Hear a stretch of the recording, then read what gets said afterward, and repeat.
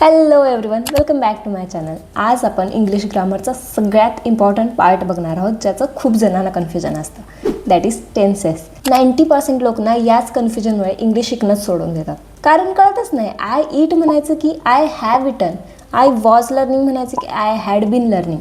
पण don't worry, आज तुमचं सगळं कन्फ्युजन क्लिअर होणार आहे. Because we will cover all the tenses, their uses and most importantly with super easy examples. आज आपण सगळे टेन्सेस आणि त्याचा वापर खूप सोप्या एक्झाम्पल्सने समजून घेणार आहोत. ओके. आणि व्हिडिओच्या शेवटी तुमच्यासाठी एक छोटा टास्क असेल जो तुम्हाला कंप्लीट करायचा आहे, म्हणजे तुमच्या टेन्सेस कायमस्वरूपी लक्षात राहतील. ओके. त्यासाठी व्हिडिओ शेवटपर्यंत पाहत राहा आणि चॅनलला सबस्क्राईब केलं नसेल तर लगेच सबस्क्राईब करा and grab a pen and paper and let's dive in. तर सगळ्यात आधी समजून घेऊया की टेन्सेस म्हणजे काय. सगळ्यात सोपी गोष्ट लक्षात ठेवायचं की टेन्सेस म्हणजे टाईम. म्हणजे टेन्सेस आपल्याला सांगतात एखादी गोष्ट किंवा एखादी ॲक्शन कुठल्या वेळी झाली. म्हणजे is it about the past, the present or the future. म्हणजे मराठीमध्ये आपण त्याला म्हणतो भूतकाळ, वर्तमान काळ आणि भविष्यकाळ. ओके. आणि या 3 काळामध्ये प्रत्येकी 4 टाईप्स आहेत. म्हणजे simple tense, continuous tense, perfect tense आणि परफेक्ट कंटिन्युअस. गोंधळू नका, सगळं क्लिअर होईल. पहिला टेन्स बघूया, प्रेझेंट टेन्स, आणि त्यातला पहिला type that is simple present tense. Okay. आता हा सगळ्यात सोपा टेन्स आहे सगळ्या टेन्सेसमधला. आता हा कधी वापरायचा?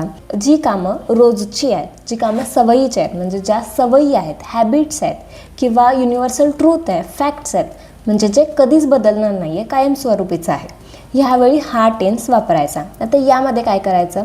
यामध्ये वर्बचं बेस फॉर्म वापरायचं. म्हणजेच ना की वर्बला पास्टमध्ये कन्वर्ट करायचं, ना की पास्ट पार्टिसिपलमध्ये आहे असा वर्ब ठेवायचा.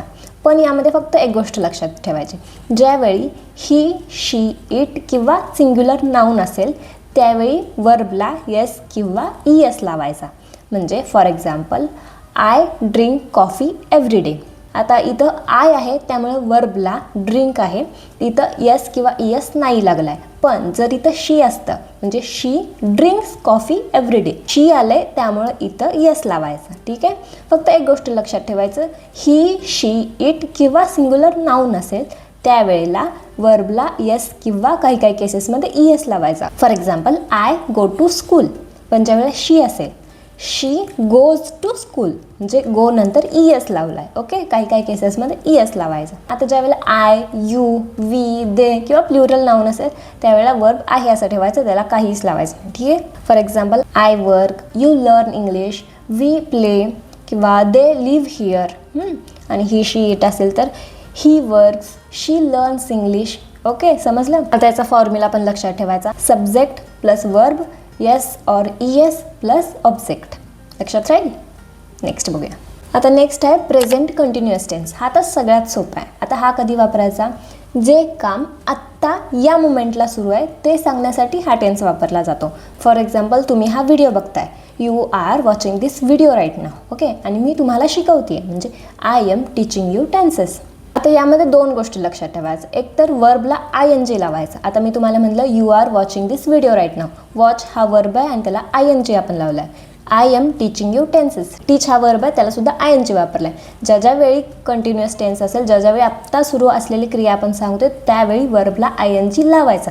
ओके. हा रूल आहे. त्यानंतर दुसरी गोष्ट, चा वापर करायचा. म्हणजे I am teaching you tenses, you are watching this video. कधी कधी लावायचं आय असेल त्यावेळेला एम लावायचा, ही, शी, इट असेल त्यावेळेला इज लावायचा, आणि यू, वी, दे असेल त्यावेळेला आर लावायचा. सिंग्युलर असेल तर इज, प्लुरल असेल, अनेकवचन असेल तर आर. ठीक आहे. आता याचा फॉर्म्युला कसा आहे? Subject plus am is are, verb plus ING. लक्षात राहील. ओके. आता नेक्स्ट टेन्स आहे प्रेझेंट परफेक्ट टेन्स. आता हा कधी वापरायचा?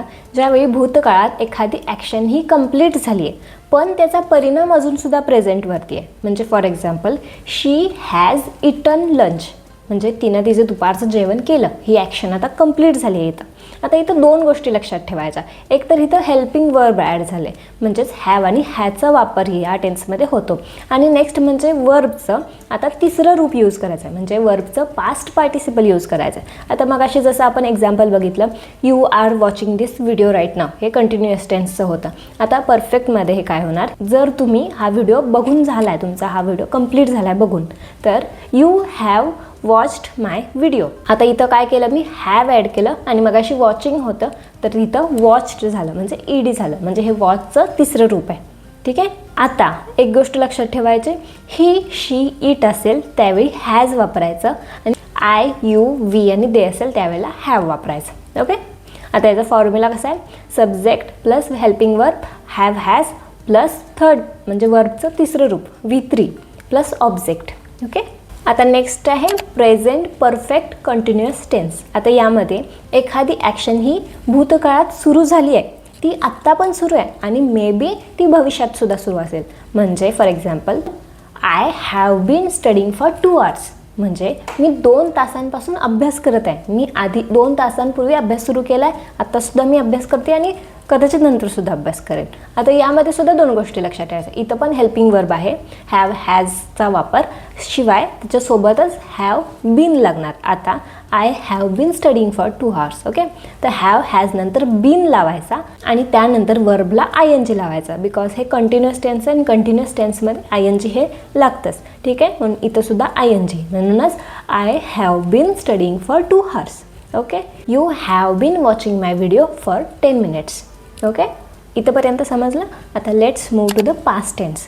पहिला आहे simple past tense.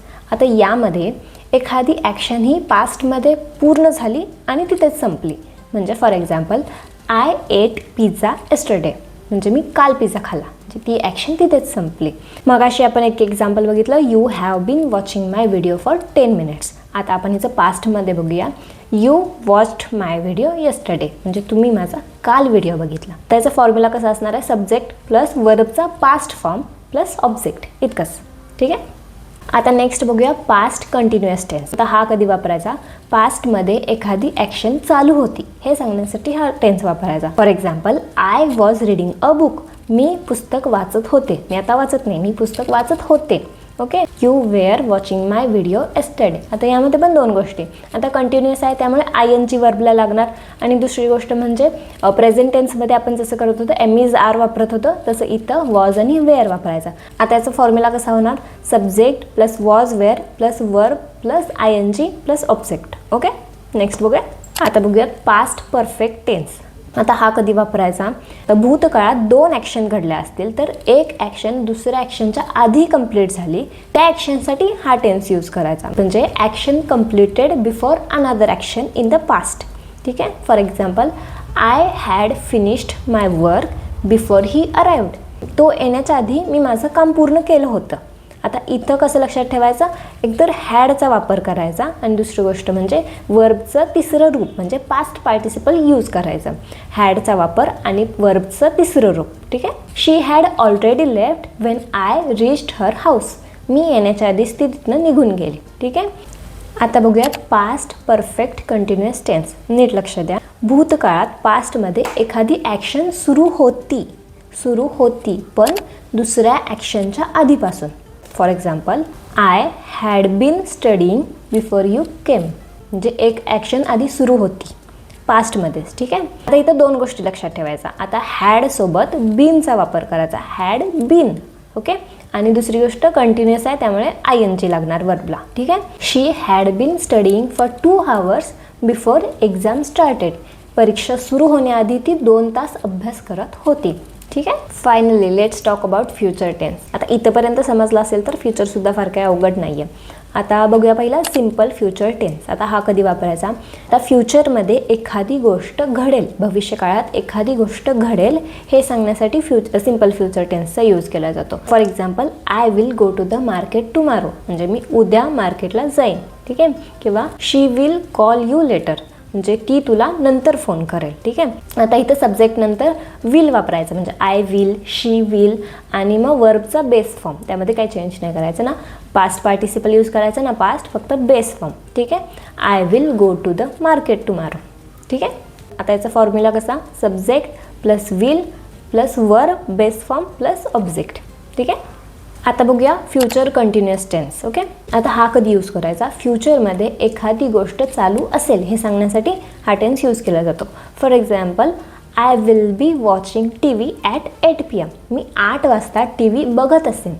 They will be travelling next week, ते पुढच्या आठवड्यात ट्रॅव्हल करत असतील. ठीक आहे. आता इथं दोन गोष्टी लक्षात ठेवायच्या. सब्जेक्ट नंतर विल बीचा वापर करायचा आणि कंटिन्युअस टेन्स आहे त्यामुळे ING यूज करायचा. I will be watching TV at 8 PM. She will be studying tomorrow morning. Subject त्यानंतर will be plus verb plus ING plus object. ठीक आहे. आता बघूयात फ्युचर परफेक्ट टेन्स. आता हा कधी वापरायचा? फ्युचरमध्ये एखाद्या ठराविक वेळेच्या आधी एखादी ॲक्शन कंप्लीट झालेली असेल त्यावेळी. Action will be completed by certain time. एखाद्या वेळेच्या आधी एखादी ॲक्शन कंप्लीट झालेली असेल. For example, I will have completed my work by 6 PM. मी 6 वाजेपर्यंत माझं काम पूर्ण केलेलं असेल. She will have learned English by next year. पुढच्या वर्षीपर्यंत ती इंग्लिश शिकलेली असेल. आता एक तर दोन गोष्टी लक्षात ठेवायच्या. एक तर सब्जेक्ट नंतर विल हॅवचा वापर करायचा आणि दुसरी गोष्ट म्हणजे वर्बचं तिसरं रूप म्हणजे पास्ट पार्टिसिपल यूज करायचा. ठीक आहे. आता याचा फॉर्म्युला कसा होईल? Subject plus will have plus V3 म्हणजे वर्बचं तिसरं रूप प्लस ऑब्जेक्ट. आता लास्ट टेन्स बघूया, फ्युचर परफेक्ट कंटिन्युअस टेन्स. आता हा कधी वापरायचा? फ्युचरमध्ये एखादी गोष्ट किती काळापासून चालू असेल हे सांगायचं असेल किंवा एखाद्या विशिष्ट वेळेपर्यंत एखादं काम चालू असेल हे सांगायचं असेल त्यावेळी हा टेन्स वापरायचा. For example, she will have been working here for 5 years. ती 5 वर्षांपासून इथे काम करत असेल. किंवा by evening he will have been driving for 6 hours. तो संध्याकाळपर्यंत 6 तास गाडी चालवत असेल. ठीक आहे. आता इथं दोन गोष्टी लक्षात ठेवायच्या. एकतर सब्जेक्ट नंतर विल हॅव बीनचा यूज करायचा आणि दुसरी गोष्ट कंटिन्युअस टेन्स आहे म्हणून ING यूज करायचा. Subject plus will have been plus verb plus ING plus object. ठीक आहे. तर हे होते आपले 12 tenses and I am sure तुम्हाला टेन्सेस समजून घेण्यासाठी हा व्हिडिओ खूप मदत करेल. And if you found this video helpful then like करा आणि असेच नवीन नवीन व्हिडिओ बघण्यासाठी चॅनलला सबस्क्राईब करा आणि बेल आयकॉनसुद्धा प्रेस करायला विसरू नका. सो जेव्हाही माझा नवीन व्हिडिओ येईल तुम्हाला त्याचं नोटिफिकेशन मिळत जाईल. ओके. आणि तुमच्यासाठी टास्कसुद्धा आहे. स्क्रीनवरती तुम्हाला एक सेंटेन्स दिसत असेल, आय लर्न ड्रायव्हिंग. तुम्हाला या सेंटेन्सचं 12ही टेन्सेसमध्ये कन्व्हर्जन करायचं आहे आणि तुम्ही मला हे कमेंटसुद्धा करू शकता. ठीक आहे. आणि जर तुमचे काही क्वेश्चन्स असतील तर तुम्ही मला कमेंटमध्ये विचारू शकता. आणि इंग्लिश बोलण्यासाठी किंवा लिहिण्यासाठी फक्त ग्रामर शिकून उपयोग नाही, त्यासाठी अजूनसुद्धा काही गोष्टी कराव्या लागतात. ते मी या व्हिडिओमध्ये शेअर केल्या आहेत. तो व्हिडिओसुद्धा तुम्ही या व्हिडिओनंतर बघू शकता. ठीक आहे. आणि त्याची लिंकसुद्धा मी डिस्क्रिप्शनमध्ये देते. So see you in the next video. Bye.